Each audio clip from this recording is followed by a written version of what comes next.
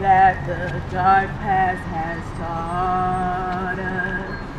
Sing a song full of the hope that the present has brought us. Facing the rising sun of a new day begun.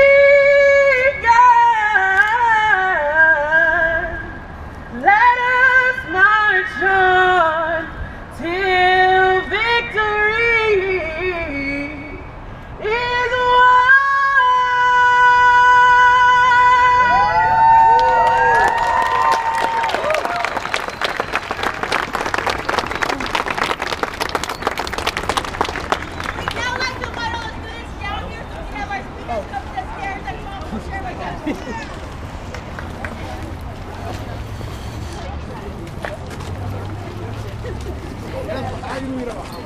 I know. I've been dealing with some past week. And every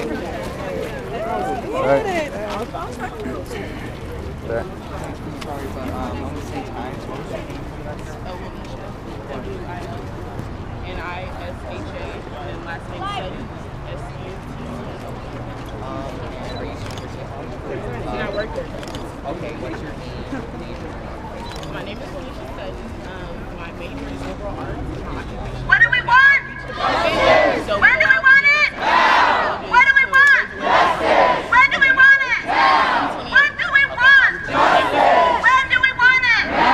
What do we want? When do we want it? What do you want? When do you want it? Thank you.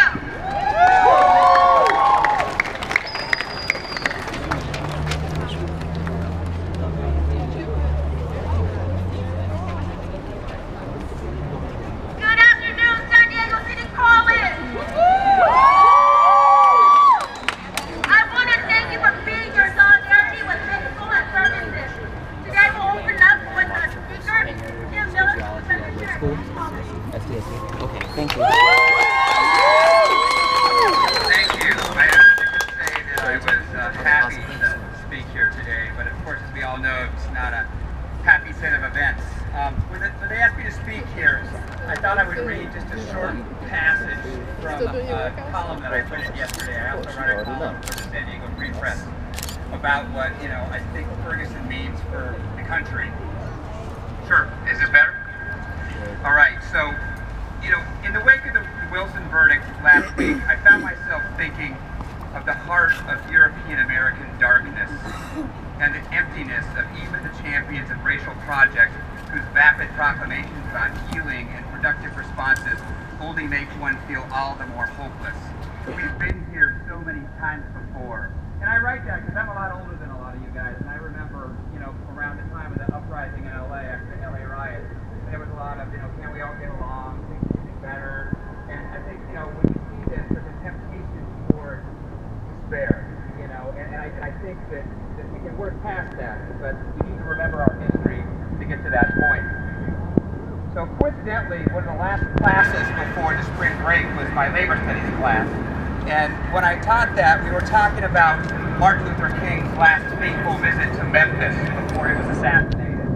And a lot of people don't know this, but King went to Memphis in support of striking sanitation workers who were fighting not just for a just contract, but for their full humanity. And really, if you guys remember from maybe your history books, that those signs they had, they said, "I am a man." And the reason why they held those signs was because they didn't just want to be recognized as people who wanted to raise, they wanted their full humanity recognized. And that's really what the fundamental message of the civil rights movement was in the 60s. That it's not just about economic rights, it's not about legal rights, it's about full and full-blooded civil rights for all Americans. So to set up that discussion, I read one of the passages from one of the last speeches that King gave before he died. And he talked about what we needed to do to establish racial and economic justice was not just pass a law, but to start to question the edifice which produces beggars. And he notes that, and this is King. questioning the whole society. It means ultimately coming to see the problem of racism, the problem of economic exploitation, and the problem of war are all tied together. These are the triple evils that are interrelated.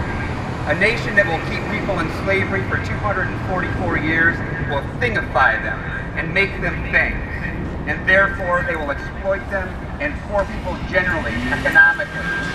And a nation that will exploit people economically will also have foreign investments and everything else, and it will have to use its military might to protect them. All of these problems are interrelated.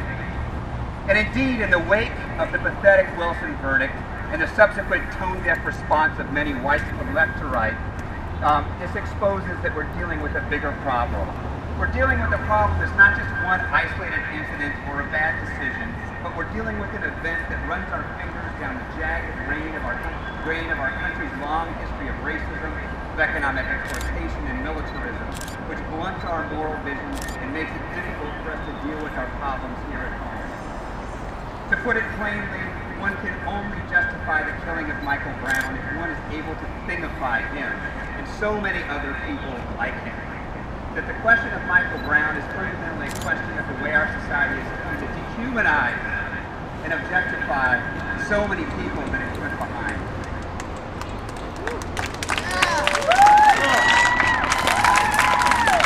So to follow King's logic, this objectification of human beings is at the root of our country's history of racist violence, economic exploitation, and war. One has to dehumanize people and/or to ignore and/or tolerate a fundamentally racist prison industrial complex that disproportionately ruins the lives of young men and women of color and allows police to operate in poor communities like an occupying army. There's absolutely no reason why we need military equipment to police our inner cities in the United States.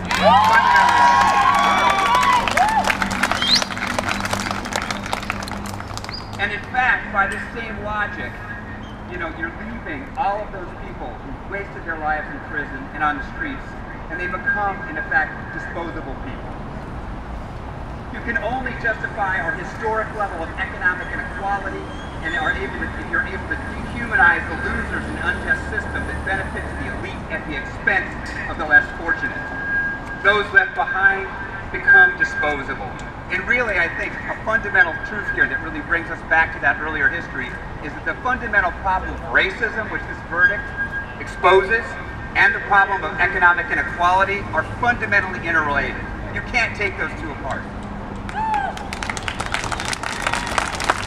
And finally, you can only justify the murder by drone and endless wars fought by somebody else's kids if you can thingify the collateral damage that will ensue at home and abroad. The body counts are comprised of disposable people, mostly of color, somewhere else. They are just another soundbite on the news at best. All of these problems are tied together as the wave of white rage, both unapologetic and unconscious racism that has ensued since the Wilson verdict shows.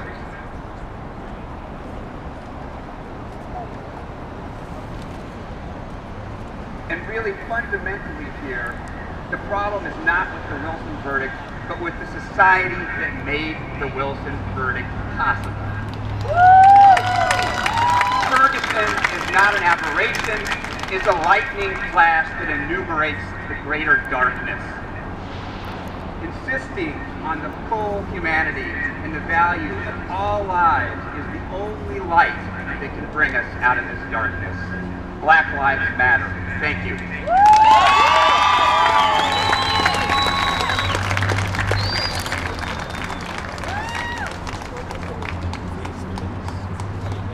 Our next speaker is going to be Rosie Escamilla.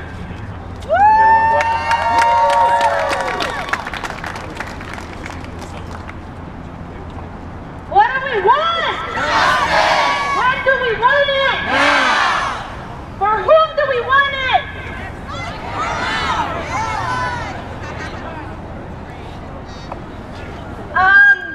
It's a beautiful day to be out here. It's a beautiful day to, be politicized and to be a part of history. You realize that in 20, 30 years from now, people are gonna be inspired by the images, you know, by our gestures, by our presence, by our fire. So, you know, give yourself credit, give yourself an applause, and, you know, we're making history here.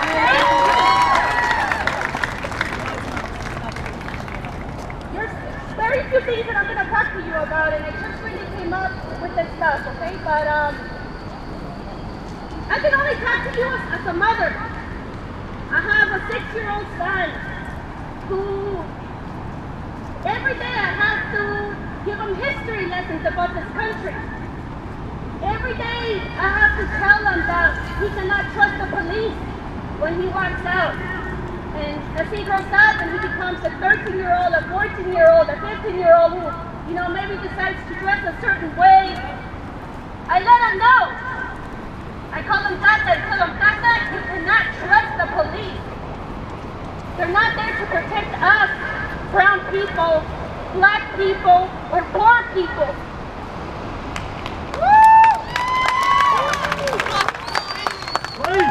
I can't lie to my kid, you know? There's no way I can lie to my kid. You shouldn't be lying to, you know, your kids as well. We have to, you know, we have